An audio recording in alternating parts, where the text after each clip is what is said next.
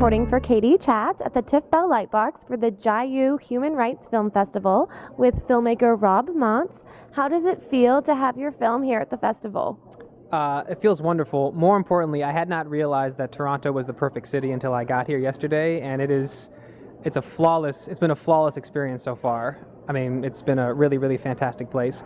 And also, any place that I can get top-notch ramen and is highly supportive of short-form documentary filmmaking, top-notch city. Top-notch city, yeah. What initially got you interested in North Korea? I initially wanted to do a film about their 2010 World Cup team, and because it was a sort of an interesting human story, but then over the course of researching the country, I came to realize that I was suffering from some pretty severe misconceptions, and then I kind of evolved my film to address those. Now it's much more about combating what I think are some pretty pervasive and pernicious caricatures and stereotypes of the country. Yeah. What do you think some of the biggest misconceptions of the country are and of the people are? Right. I mean, what I like to say is people consider North Korea as either crazy or crumbling, or both.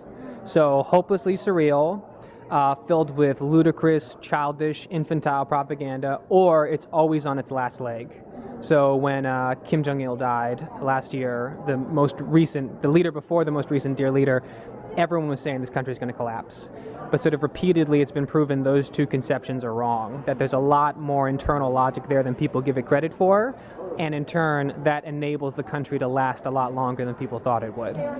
And while you were there, you spent 10 days, which I think is the maximum to be in the country. What did you learn about the people, just hanging out with them and seeing them on just a one-on-one type scenario basis? I'd say the answer is not all that profound. It's like there are a lot of nice, decent, curious North Koreans. But I think it's a testament to how thoroughly caricaturized they are that saying something like that could be considered a surprising statement. In my experience, they have a radically different worldview. There's a totally different ideological milieu, but most of them are really nice people that love to have a drink and talk about soccer, right? What have North Koreans thought of the film? The only North Koreans that have seen it are some other defectors that live in the United States, and so far it's overwhelmingly positive, which is important because they have a viewpoint of the country that I could never replicate as an outside Western journalist. And what types of projects do you hope to do in the future?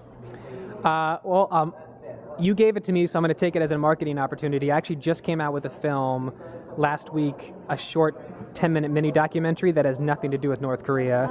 Do you guys have the Uber application in Toronto? Yes, we do. The car service? So it came to Washington, D.C., which is where I live, and it had a really extended regulatory scuffle with the local lawmakers.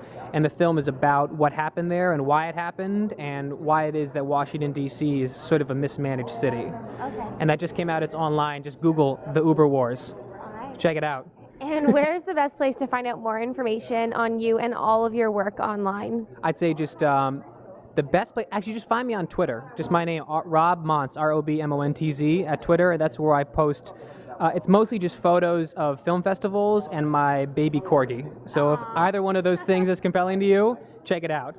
Well, thank you so much. Congratulations and have a wonderful time here in Toronto. Thank you for having me. Thank you. I'm Katie Uhlmann reporting for Katie Chats at the Jayu Human Rights Film Festival in downtown Toronto.